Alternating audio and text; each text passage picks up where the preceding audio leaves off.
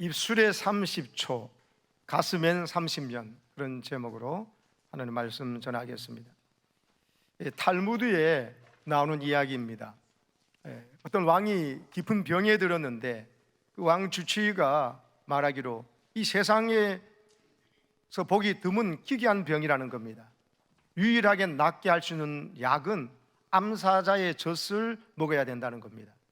여러분, 사자에게 다가가서 어떻게 암사자의 그 젖을 누가 구하게 오겠습니까?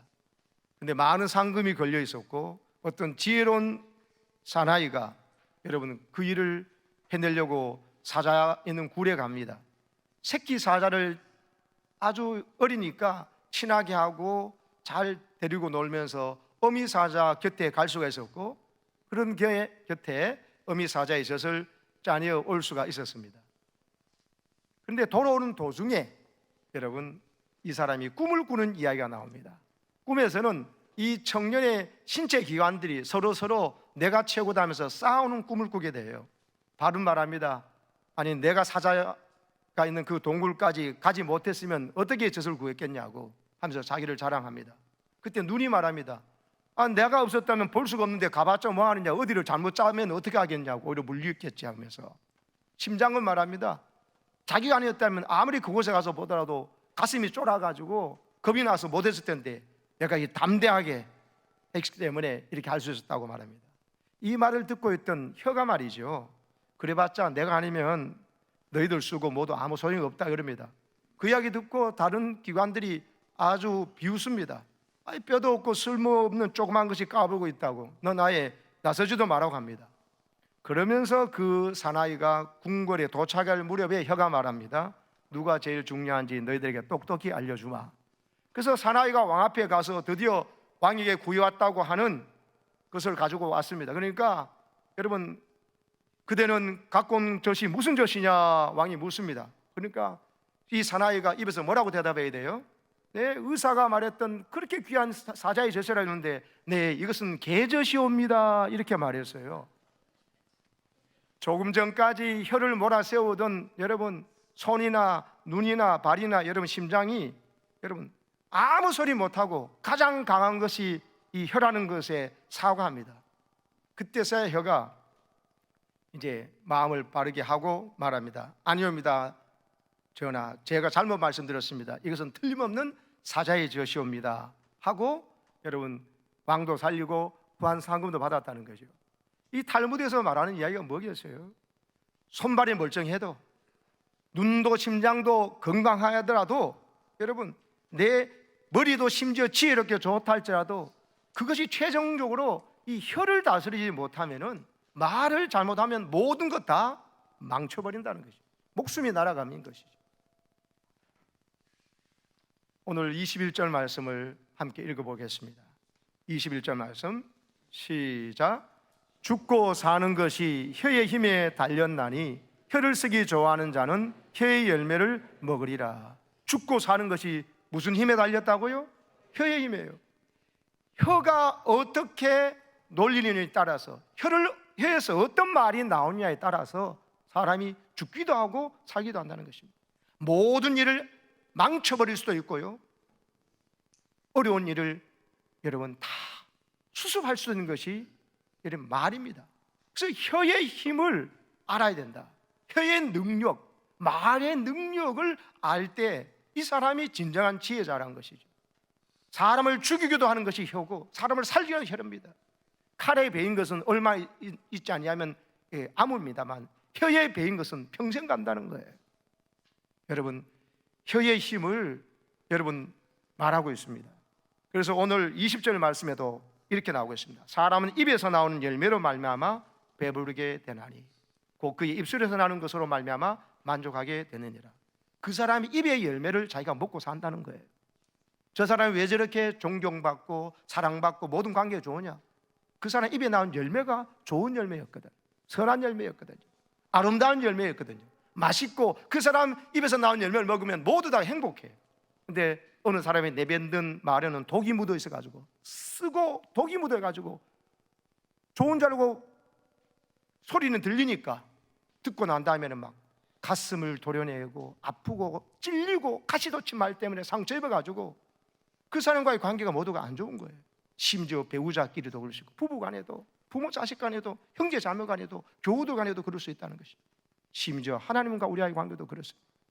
내 입에서 어떤 말이 나오냐를 하나님께서 주목하여 보신다니까요.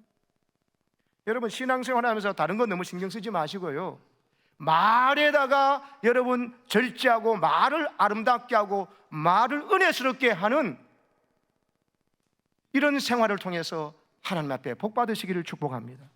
잠언에서 지금 계속, 요즘 본문이 잠언이잖아요, 새벽기도에. 계속해서 어떻게 이렇게 계속 반복해서 나오나 할 정도. 그건 뭐냐면 우리 인생의 거의 전부가 말이라는 거예요. 말로서 가정을 지키고, 말로서 부부 사이를 지키고, 말로서 신의 우정을 지키기도 하고, 회사에서 말로서 여러분 신의를 받기도 하고 신의를 잃기도 하는 것이거든요. 말이라도 잘해야 됩니다. 아니, 더 많은 말을 잘해야 된다. 말을. 행동 중에서 제일 큰 행동이 말이거든요. 우리는 말만 잘하는 건데 아니에요. 말만 잘하는 사람도 별로 없어요. 모두가 말에 실수가 있기 때문에 실수를 줄여야 됩니다. 그래서 여러분, 이 말은 입에서 나오는 것처럼 입에서 나오는 게 아니에요.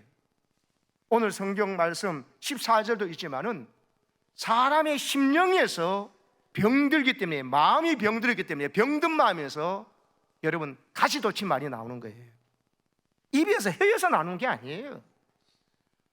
영혼 극히 깊은 곳에서 내 영이, 하나님을 만난 영이 병들면은 병든 말이 나오고, 성령 충만하고 하나님 만나고 예수 은혜 충만하게 되면은 하나님의 생명의 언어가 내게서 나오기 때문에 혀에서 나오는 것이에요.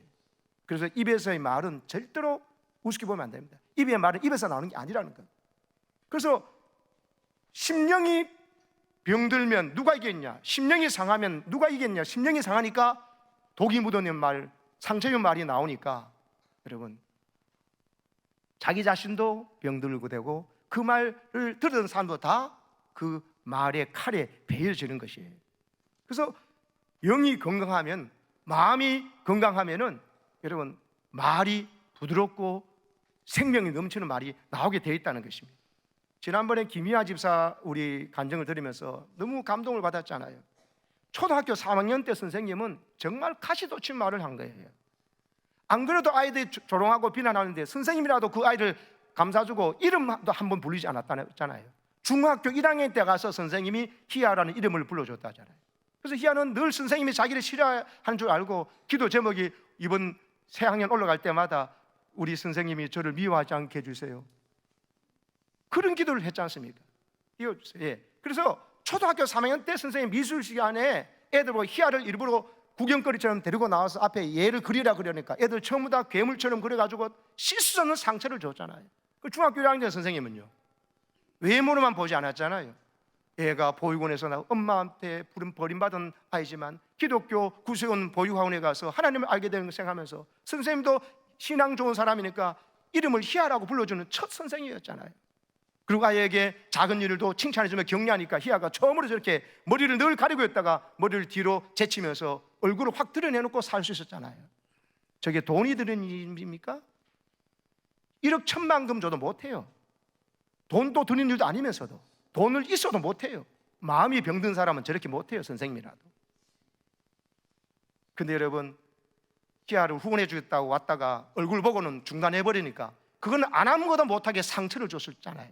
근데 외국에 여러분 저 구세군 목사님이 우리나라에 없으니까 10살 때 기도한 응답이 외국에 있는 저 목사님이 사랑하는 희아에게 라는 편지를 써서 내가 너를 항상 너를 축복하고 기도한단다. 너 25살 때까지 내가 후원해 주겠다고 하신 저 편지를 늘 들으면서 저것 때문에 살아난 거예요. 죽을 영혼이. 10살 때 기도 응답 받아서 25년 뒤에 35살 때 만났던 사진이잖아요. 가슴에 30년 머문 거예요, 저 한마디 말이, 편지가. 그래서 저 사람이 지금 저렇게 감동 있게 살아가며 이제는 자기가 상악도 암에 걸렸을 때 멋진 청년이 하나님 기도의 응답으로 와서 자기 보고 여러분 사랑한다고 보고 싶다고 말하면서 결혼이 되어졌잖아요. 그러니까 저 수술 가운데서도 자기의 내면을 보고 하는 저 사람이 나타나서 저 김희아 집사는 정말 그 힘든 걸 다 이겨낼 수 있었잖아요. 사람의 말 한마디라니까요. 예쁜 딸을 낳아서 엄마 우리 학교 오지 마, 엄마 얼굴 무서워가 아니라 나는 우리 세상에서 엄마가 제일 사랑스러워, 엄마가 제일 정말 좋아, 엄마를 제일 존경해라고 하는 말하니 저렇게 여러분 당년 백도에서도 나오고 다니엘 기도에 나와서 간증하면서 저렇게 살아가는 힘 어디서 온 것입니까? 말에서 온 겁니다. 입술에 30초가 저 가슴에 30년 머물고 있습니다. 아니 영원히 머물고 있으면서 저분 말이 얼마나 또 아름답고 정제되었습니까? 은혜로운 말, 성령의 길이 무진 말이니까는 저 사람에게 들려줬던 30초의 말이 가슴에 30년 머무니까 또 김희아 집사의 말을 통해서 얼마나 많은 사람들이 절망과 자살을 위기 가운데서도 여러분 살리고 있습니까? 내 말 한마디가 누군가의 인생을 바꿀 수 있다는 것을 기억하시고 오늘 성령 충만한 생명의 언어로 여러분 가득 채우기를 축복합니다. 이 책에서 말씀드렸던 고마운 친구 예전엔 이 책이 지금 베스트셀러가 돼요. 정말 우리 교회 협력 선교사에 있으면서 우리 강단에 와서 이렇게 도움을 주니 얼마나 감사합니까? 이번에 부산 호산나 교회 제 동기 모임도 갔는데 유진수 목사님 제 동기인데 거기는 합동축에 가서 거기서 지금 몇만 명 모이는 교회잖아요. 그래서도 그 유진수 목사님이 또 온누리교회 출신이니까 홍정희 권사님 너무나 잘 하시더라고요. 너무나 반가워해서 저 책을 또 전달하고 왔는데 여러분 이 홍 권사님이 처음 하영조 목사님에게 갔을 때 이제 권사님 이렇게 선교를 좀 해보시라고 해서 저는 선교를 잘 모르는데요, 기도도 잘 할 줄 모르는데 하는데 여러 세계에서 온 선교사님들이 편지 한 꾸러미를 줬습니다. 그거 받은 것이 1995년 늦은 봄이었는데 그 선교사님으로부터 온 편지를 이래 가서 읽다가 그게 에젤 선교의 출발이에요. 아프리카에서 사역하시는 한 선교사님의 편지를 읽게 된 겁니다. 그 편지에는 이 아프리카 선교지에 온 지 얼마 되지 않을 무렵에 이 자기의 4살 난 딸이 말라리아 풍토병에 걸려서 그만 세상을 떠난 이야기였습니다. 얼마나 가슴 아팠던지 거기에 아프리카 태양 아래 풀 한 폭이 없는 딸의 무덤을 보면서 선교사님이 아빠라고 생각하는 거예요. 내가 이렇게 헌신하고 결단을 오져놨더라면 그 이 풍토병 말라리아에 이 4살 난 이 딸이 걸리지도 않았을 거고 죽지도 않았을 텐데 그러면서 딸에게 미안하고 또 한국에 있었으면 다 의료 기술 덕분에 살았을 텐데 이 아이가 죽었다는 그 안타까움과 또 아이에 대한 미안함 그리고 한국 길바닥에 뒹구는 낙엽 한 줌도 이 무덤 위에 덮어지지 못하는 완전 풀 한 폭이 없는 딸의 무덤을 보면서 무능한 자신에 대한 하소연이나 자책의 글이 그 편지에 적혀 있었습니다. 그걸 홍 권사님이 읽은 거죠. 그 편지를 읽는 동안 내내 마음이 너무나 아파서 뜨거운 눈물을 흘렸다는 겁니다. 감히 자식을 잃은 선교사님에게 해줄 수 있는 일이 뭐겠는가 생각했다는 거죠. 고민하고 또 고민하는 끝에 선교사님의 편지 속에서 낙엽이란 이 글자가 가슴에 콱 박혀오더라는 거예요. 그래서 성령이 주는 감동인 줄 생각하고 어느 늦은 가을날 그 선교사님을 위해서 기도하는 마음으로 위로한 마음으로 그 가장 예쁘고 빨갛게 물든 단풍 낙엽 하나를 주었어요. 그걸 정성껏 말리고 다름질하고 해서 우리가 하는 대로 코팅을 해가지고 편지와 함께 그 아프리카 선교사님에게 보내드렸다는 겁니다. 그렇게 겨울이 지나고 봄이 왔을 때 기억조차 희미해지는 어느 날 아프리카에서 그 선교사님에게 편지 한 통이 온 겁니다. 그 편지 내용이 이것입니다. 제 편지를 읽고 기도해 주셔서 감사합니다. 당신이 보내준 낙엽을 딸의 무덤에 갖다 주었습니다. 그리고 그 앞에서 참으로 많이 울었습니다. 저는 이제 이 땅에서 다시 선교할 수 있게 되었습니다. 딸의 죽음이 결코 헛되지 않도록 열심히 사역하겠습니다. 이런 편지였어요. 홍 권사님이 한 일이라고는 낙엽 한 장을 보낸 것뿐이었습니다. 근데 편지를 읽으면서 선교사님의 아픔을 느꼈고 함께 울어주고 싶은 마음 낙엽 한 입에 담아서 보내드리는 것뿐이었습니다. 그런데 선교사님은 자기의 편지와 단풍잎 하나로 고통받던 그 선교사님이 새 힘을 얻어서 다시 선교의 걸음을 걸어가겠노라고 결심하게 되었다는 것 아닙니까? 이것이 홍 권사님에게 엄청난 충격이고 도전이었다는 것입니다. 그 선교사님의 답장 하나가 홍 권사님 인생을 바꿔놓았다는 겁니다. 그러면서 에젤 선교가 탄생한 거예요. 선교사를 돕는다는 것이 뭔가 거창한 줄 알았는데 아니더라는 거죠. 하나님은 낙엽 한 장 가지고도 사람을 살리시고 무너진 선교사회를 다시 세울 수 있는 분이라는 것을 알게 된 것입니다. 나는 누군가를 위해서 한마디 따뜻한 말과 기도 한마디를 통해서, 그리고 작은 낙엽 한 장을 통해서도 하나님께서 나를 이렇게 선교를 포기하고 좌절 가운데 있는 한 사람을 살려내실 수 있는 것을 깨달으면서, 그것이 애절 선교가 시작되어서 한 사람이 5사람, 5사람이 20명이 되고 100명이 되고 지금 세계 흩어진 선교사를 돕는 거룩한 사역을 감당하고 있는 것입니다. 우리 교회도 저 다니엘 하우스의 10개 원룸 중에서 4개를 다 애절 선교에다가 여러분 제공하고 있는 것입니다. 여러분, 작은 말이지만은 건강한 말, 생명을 살리는 말, 하나님의 앞에 기도하고 하나님의 마음, 성령의 마음을 품고 하는 한마디 말이 사람을 살리는 줄 믿으시기 바랍니다. 그래서 잠언 15장 4절에 보면은 이런 말이 나옵니다. 한번 읽어보겠습니다. 잠언 15장 4절. 제가 만든 PPT가 있는데, 시작. 온순한 혀는 곧 생명나무지만 패역한 혀는 마음을 상하게 하느니라. 저기 온순하다는 히브리어 단어가요, 온순하다는 것이 이 라파란 히브리 원어에서 파송된 단어예요. 다시 말해서 라파는 여호와 라파처럼, 치료한 하나님처럼 치료한다는 뜻을 갖고 있어요. 치료하는 말이에요. 온순한 혀는, 온순한 혀에서 나오는 치료하는 말인 생명나무와 같아서 사람을 살려낸다는 거예요. 그런데 패역한 혀는, 가시돋친 말을 한 사람은 마음을 상하게 한다. 마음이 상하면, 마음이 병들면 누가 고치겠냐 했지 않습니까? 마음이 병들면 병든 말이 나오고 나쁜 말이 나옵니다. 그러나 마음이 건강하고 영이 건강하면 생명나무와 같이 치료하는 말을 하게 되고 사람을 살리게 된다는 것입니다. 그래서 여러분, 잠언 16장 24절에 보면요, 이런 말씀이 있습니다. 선한 말은 꿀송이 같아서 마음에 달고, 그 다음 뭐래요? 시작. 뼈에 양약이 되느니라. 어디에 양약이 된다고요? 뼈예요.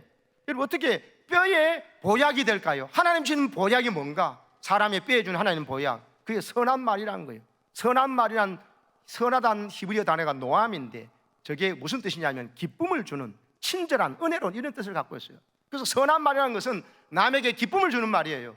친절한 말이에요. 불친절한 말이 아니고, 가시돋친 말이 아니고 친절하고 따뜻한 말, 은혜로운 말, 용기를 주는 말을 선한 말, 노암이라고 하는 거예요. 그래서 여러분, 뼈가 쑤시거든요. 선한 말을 자꾸 하세요. 선한 말을 자꾸 하면은 그 선한 말이 여러분 하나님 주는 보약을 먹어서 여러분 건강하게 될 줄로 믿습니다.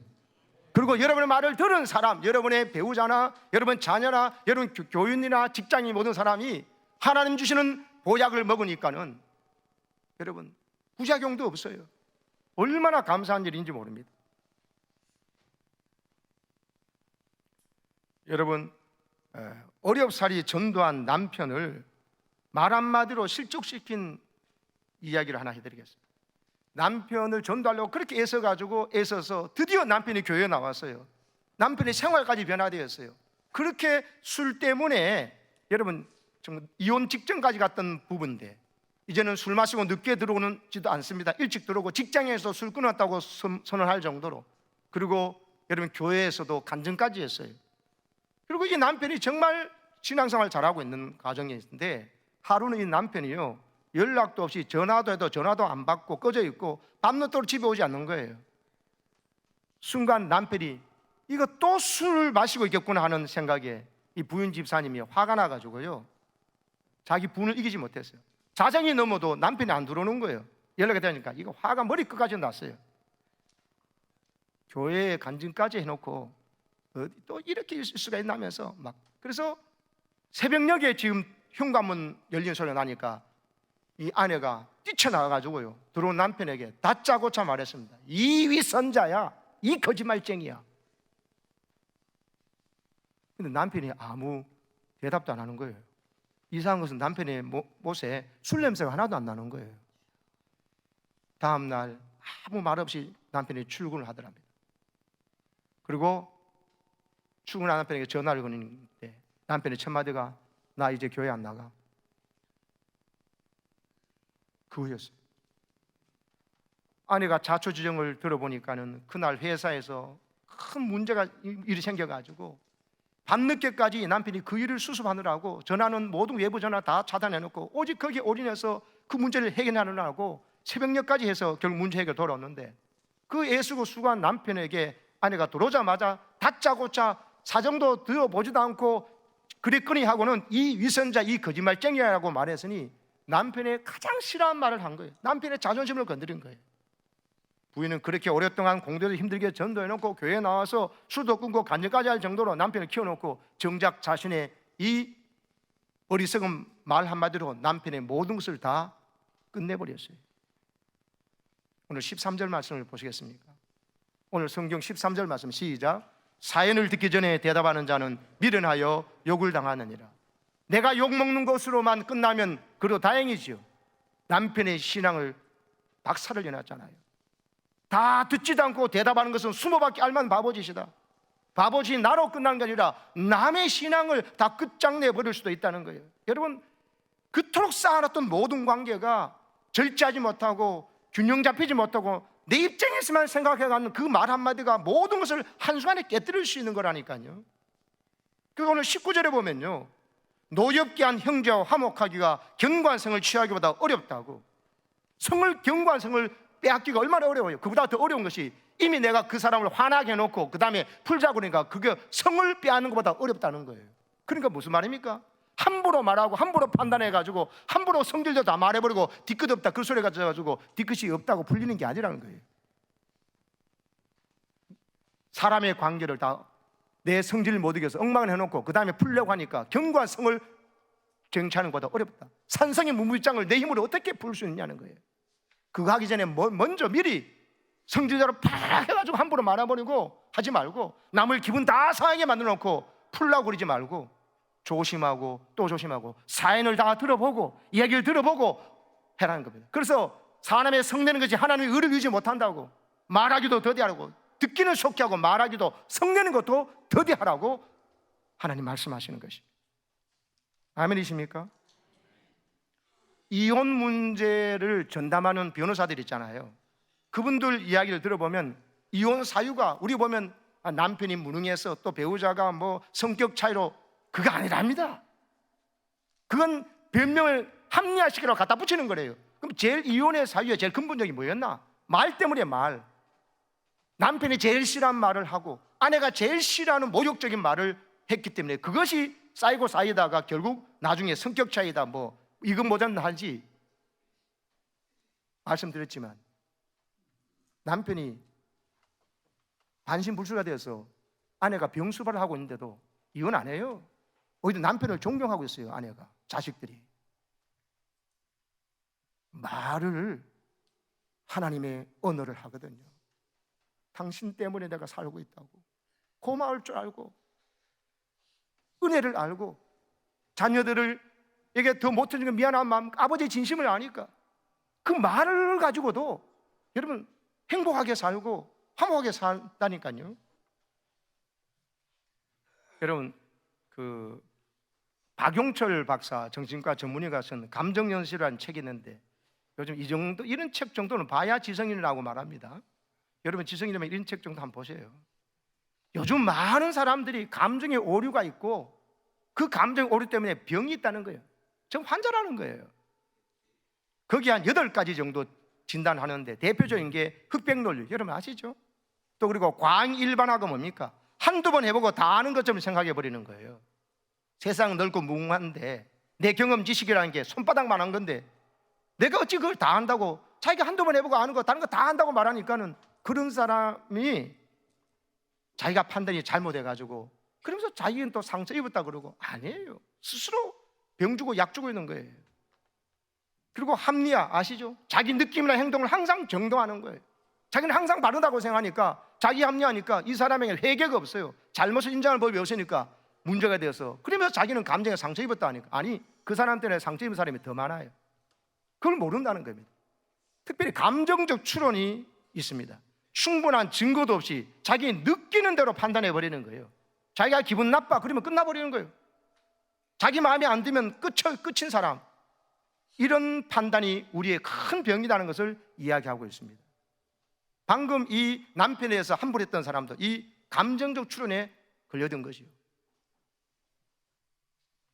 사랑하는 여러분, 선한 말, 바로 상대방을 배려하고 이해하고 친절한 헤아리는 말을 하게 해달라고 기도하시기를 축복합니다.